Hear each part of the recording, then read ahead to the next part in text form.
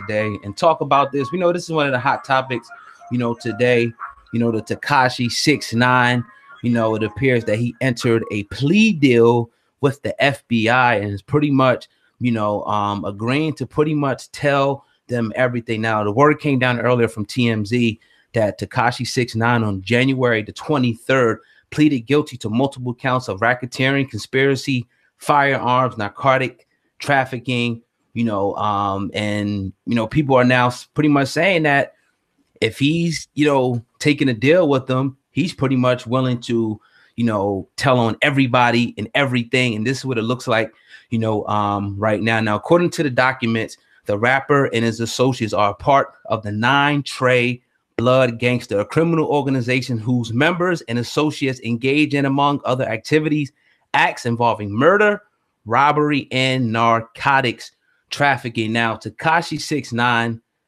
was singing like a bird. He did say that he shot at an individual who was a rival gang member, participated in a gunpoint robbery of rivals of the 9 Trey. He also, was charged in the conspiracy to distribute over 1 kilogram of a substance that could be detectable, pretty much heroin. He pretty much told, and some other things, that he was pretty much telling. Now, also, they're saying that he is going to pretty much, agree to give up any and every member that he ever ran with, meaning that he will be snitching.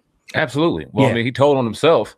So, good and goddamn well, he was going to tell on everybody else. As soon as we found out, it came out of his mouth on everything he did. Now, you got a lot of people saying, obviously, this dude was never built like that, was never going to be in a situation where he didn't tell. Well, a lot of those people were also the same people, myself included, saying that he may not have been in gangs at all. This may have all been a facade. This may all have been fake. And now we come to find out that no, in fact, that wasn't fake. That was very real.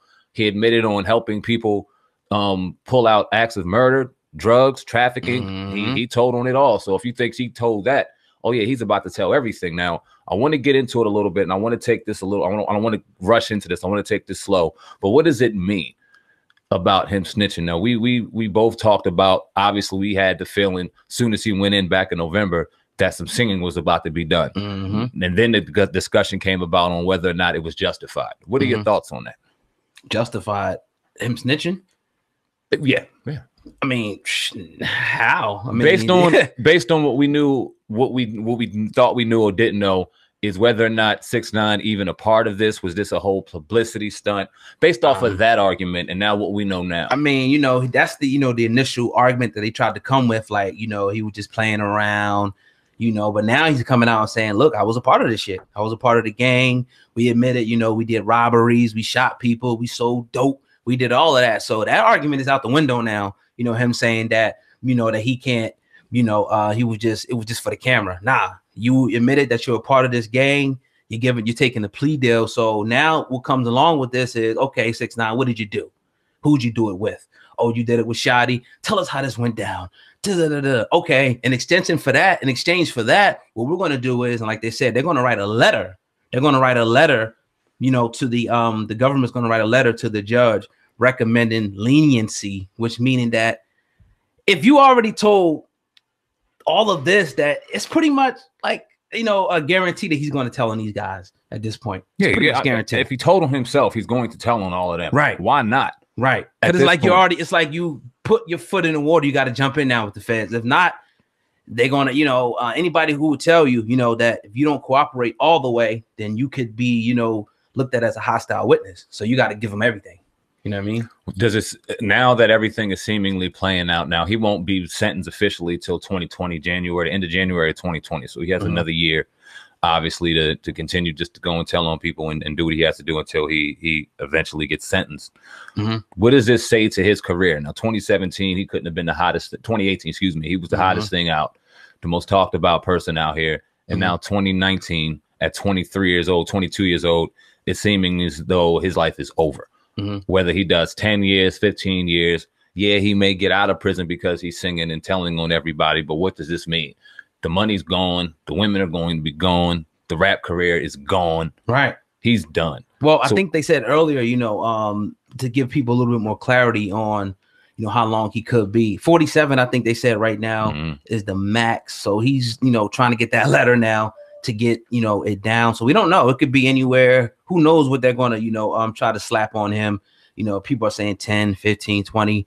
Who knows? But yeah, I think, you know, career maybe not over, but as far as what he stood for as a rapper, that's over. That image of him trying to be a thug, maybe he can just do the Latin music, you know, and kind of blend into that, you know, when he gets out. What is he, 20, 24, 25? 22. So, you know, 10 years, he come out, he's mid-30s, you know, maybe he can, you know, again, you know, do the Latin thing. Or, but as far as that image as him being a thug, you know, I'll come to your city, what you going to do? Nobody can touch me. That's done. His music career may be over too, because not that many people can, you know, sit in prison for a decade plus and come back out and be strong. It's almost impossible. You know, according to the reports on TMZ, they were saying that while in court, he said that he joined 9 Trey Bloods in the fall of 2017, and in March 20th of 2018, he admitted in helping members of the gang attempt to kill a rival to increase his own standing in 9 Trey. Then on April 3rd, he said that he and other members robbed another rival at gunpoint. He got into the Chief Keef shooting, saying in court he paid a person to shoot a rival member of the 9 Trey to scare him. The shooting took place in Manhattan. He also admitted to selling the drugs. What I was trying to get to is he said that the reason why he did that was to maintain or increase his own standing in 9 Trey. What I'm trying to get to is this a situation you think, oh God, where this was a kid just trying to prove himself, not really about this at all, and the music and the persona just got ahead of him, and then he just really had to kind of almost live that lie out to where it was true, and he was doing shit out here that he wasn't really ready for. Do you think that's happening, or do you think this was a genuine case of Daniel Hernandez being involved in the gang this entire time, walking in a career in the gang, and this was really the life that he lived? Because if so, what the fuck is he singing for? Well, I think he knew, you know what I mean? 22, he's an adult. I think he knew exactly, you know, what he was doing, you know, in the streets and whatnot. Maybe he didn't, you know, you got a lot of guys who are knuckleheads and they really don't think about the consequences, or they don't give a fuck. So, you know, I think he knew fair well. I don't think he can, you know, sit back and take this stance like, oh, you know, I was just, you know, a young kid being influenced by these people to do this. I was pressured into this. Then, you know, once you're an adult, I mean, you make adult decisions. You got full, you know, control over what you do. Now, if he was, you know, trying to prove himself, I think that's nutty. I mean, because now look where he's at. Why do that though? If you're a successful rapper or move to be a successful rapper, why the gangster image? Why try to prove that you're somebody that you're not? You know what I'm saying? Well, without that gangster image, oh God, can we honestly sit here and say he would be where he was today if it wasn't for that?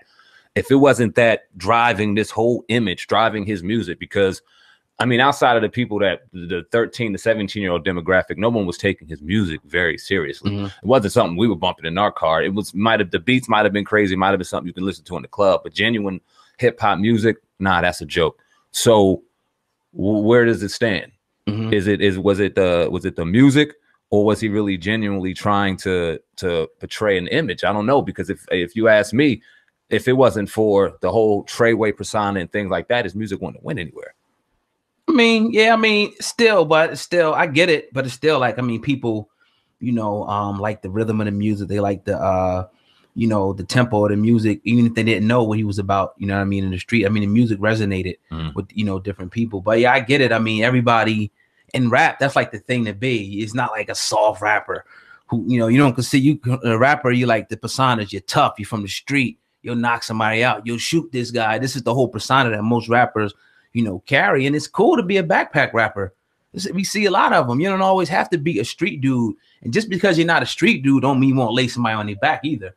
A lot of guys think just because they, you know, so-called did things in the street that they can just pick on people and do it. Nah, that's not going to happen either. You got guys who, suburban cats, you know, maybe, you know, in the nice houses, but to put you on your back and are ready for that at all times. But, you know, yeah, I just think, you know, 6ix9ine is like a lot of, you know, probably thousands of kids, you know, in America, in the United States, they, you know, misled, trying to follow the crowd, doing all types of stupid, you know, dumb things and ending up in prison. If you go to prison, you go to your county jail, you'll see, you know, hundreds of 6ix9ines in there, just crazy, wild dudes. And the thing is, though, now today, because you point a picture like, okay, you got these kids out here that want to portray a gangster lifestyle, want to seem as though they're cool by sitting here doing this, but the original even premise of it was not getting on the phone and talking about it, not running your mouth, not showing your hand, not doing this. And like you said, there's a ton of 6ix9ine's in jail right now that went there and showed their hand.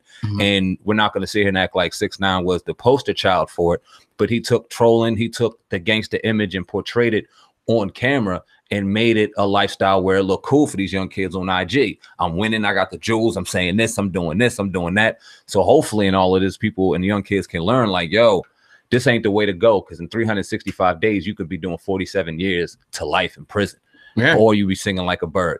Now let's get back to the singing, because a lot of people are going to get on him. A lot of people are going to talk trash. And I was one to say early on that if he did sing, I mean, what do you expect him to do? In the event that he wasn't about that life. Now it seems as though he was about that life. And I have a huge issue with him going and telling on them people. And here's why. If you do dirt with somebody, if me and you go ahead and we decide that we're going to take it upon ourselves to do some shit that we know is fucked up, and we do it together, I get caught, I can't go and tell on you. Especially if you have a family, especially if you have this is the code that we live by. Now his his baby mother was on there, and we ain't gonna get into the tea, but she kind of talked about like, you left me out here to dry, you got my family out here in danger. And with all seriousness, that's the kind of shit that comes with this kind of stuff. You can't tell for these reasons. You have people that you must protect. So how serious is that in regards to in this whole situation, as far as him telling? I mean, yeah, I mean, you know, he, once again, you know, according to the street code, you know, if you're portraying his lifestyle, especially, and you got to think about, okay, if he's admitting that he's part of the non-trade bloods, you know what I mean? We're talking about, you know, an organization who has rules, you know, who has, you know, different, you know, things that people are supposed to do to be down and whatnot. So, you know, I understand that you have, you know, people in some, you know, different gang members, they like to characterize, you know, themselves as doing stuff. You have people, you know, I'm not saying you don't have people that don't do some, you know, some good things, but, you know, we know that the stigma on gangs pretty much is negative in this country. So when you're saying you're associated with the nine trade bloods, I mean, you're saying that you're a gangster, you down for that lifestyle. So, I mean, I don't, you know, I don't think he can get away from it. You know what I'm saying? At all. It's like, I'm pretty sure, like, if he were to tell, it should be a penalty for that. Like, if you with the gang and y'all got like, yo, if you tell, we got to do this to you. This is what it is. Because, you know, it's like, you know, it's like you see the movies, you see the kid, you know, I think on ATL when Big Boy, when he gave the dude the pack, and it's like, this is grown man. You know, this is grown man business, right?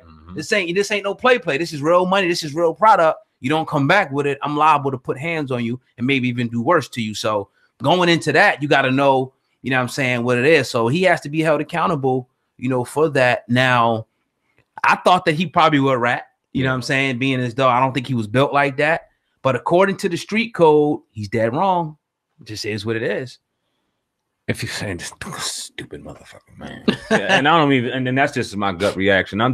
It's sad because if you ain't built for that, don't do it. And this, I can't help but to think that he got in over his head and he was trying to portray an image that he really wasn't and live a lie to its fullest degree. And now he's sitting somewhere caught up. It's crazy, man. Now they're also, you know, speculating that once he does go all the way in and pretty much once he begins to give information on, you know, which they're saying that he already has other members that he was associated with, that he may have to go into the witness protection. You know what I mean? Because now you're talking about the report that came out that his girlfriend may be fearing for her life now. Witness protection, you know, in a jail now. We talked about that aspect in the beginning of him, you know, being in a jail. And now the word, you know, spreading throughout the, you know, the prison and whatnot, saying that this dude's a snitch. Somebody may, you know, want to take action. So they are saying, you know, I think the prosecution was saying that they may be, you know, recommending that he go into witness protection at some point. What do you think about, you know, that aspect of him just going into witness protection? Well, obviously he's not safe in jail. If he while he's in prison, he's not safe. He's not safe around anybody or anything. The worst thing you could be is a pedophile, someone that took a kid, someone that took a woman, or a rat. And now he's probably going to be the most popularized rat wherever he sits at. You know what? It makes me think of something that you texted me earlier, because one of our people, they emailed you. And if you don't mind me reading what they emailed you, I want to read that to the people real quick in regards to what they were thinking was happening. Shout out, this is somebody that's potentially looking to intern with the brothers at Hip Hop News, Uncensored Viral Hip Hop News. Shout out to you. This is what they left. Oh God, if 6ix9ine gets off with less than 6 years, it's my opinion, he snitched or he is the feds. Out here in the Bay Area, 707, where I'm from, Mac Dre was the first rapper to get caught up on a conspiracy charge. He went to jail just for knowing. Watch Jay Diggs' interview on Vlad TV. Dre wasn't in the car, wasn't in on any licks. They had a wire. They knew this. He still went to jail for knowing, period. Wasn't nobody shot. Wasn't no murder plots in Dre's situation. They're talking about putting hits out. If 6ix9ine don't go to real Fed prison after a trial, he was the informant all along or he snitched. Thank me for the game later.